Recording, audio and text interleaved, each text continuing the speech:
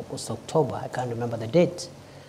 And we are following up on that process. As much as I know, a number of people have already recorded statements, and as far as I know, a file was forwarded by the DCI to the DPP, but it was returned to seal certain gaps that have been discovered by the DPP, and therefore that is work in progress.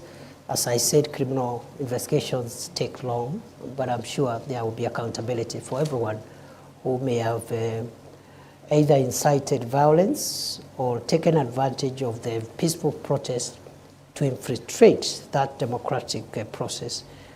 But you said you have evidence. Why should it take long? Or is it only a preserve of the political class? That evidence, I have just told you that it was presented to the DPP, and the DPP said it was not enough to convict. You can have evidence which is not enough to convict. I could believe, okay, that the evidence is enough, but the DPP, who has the final say in qualitative and quantitative evidence, is the one who has the police to do more work if we have to sustain prosecution. So the police didn't do a very good job, that's what you're saying, in the investigation? This is routine, it happens every day, not just in Kenya, all over the world. The police do their work, and that's why there is that two-tier mechanism. So the DPP looks at it and said, no, we need to fill this using the elements of crime, you need the evidence of this.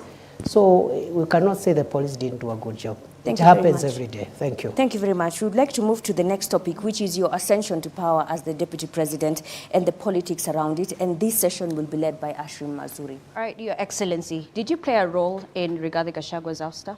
No. Then are you proud of the process, the impeachment process that many said were flawed that led to your ascension to power as the Deputy President? The process you are referring to, I think, involved three arms of government: the executive, the judiciary, and the legislature. To that extent, to the extent that constitutional institutions were involved and are still involved, I see no problem with that process, and if there is a problem, there is a way of remedying that problem. What about the right to fair hearing that he did not get? That is the matter before court, unless you want me to discuss the merits of the matter before court. So then what's your relationship between you and the ousted, impeached Deputy President? As it was before. Are you friends or not? We are good people, we're good friends. I have no reason to complain in the past, present, and even in the future. Was there a handover? Yes. An official handover? Was there an official handover? There wasn't an official handover because the former Deputy President is in court. You wouldn't expect him to hand over if he's in court. Your Excellency, which IEBC cleared you? Did you take your papers there? How were you cleared by the IEBC?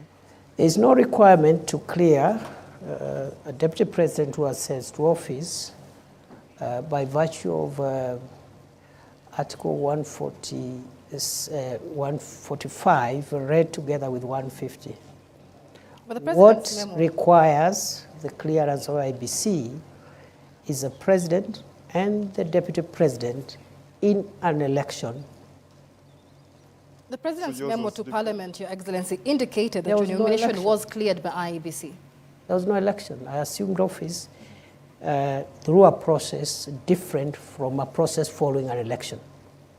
Is it an indictment of the judiciary, Your Excellency? Because the former Deputy President, through a court process, is actually outside.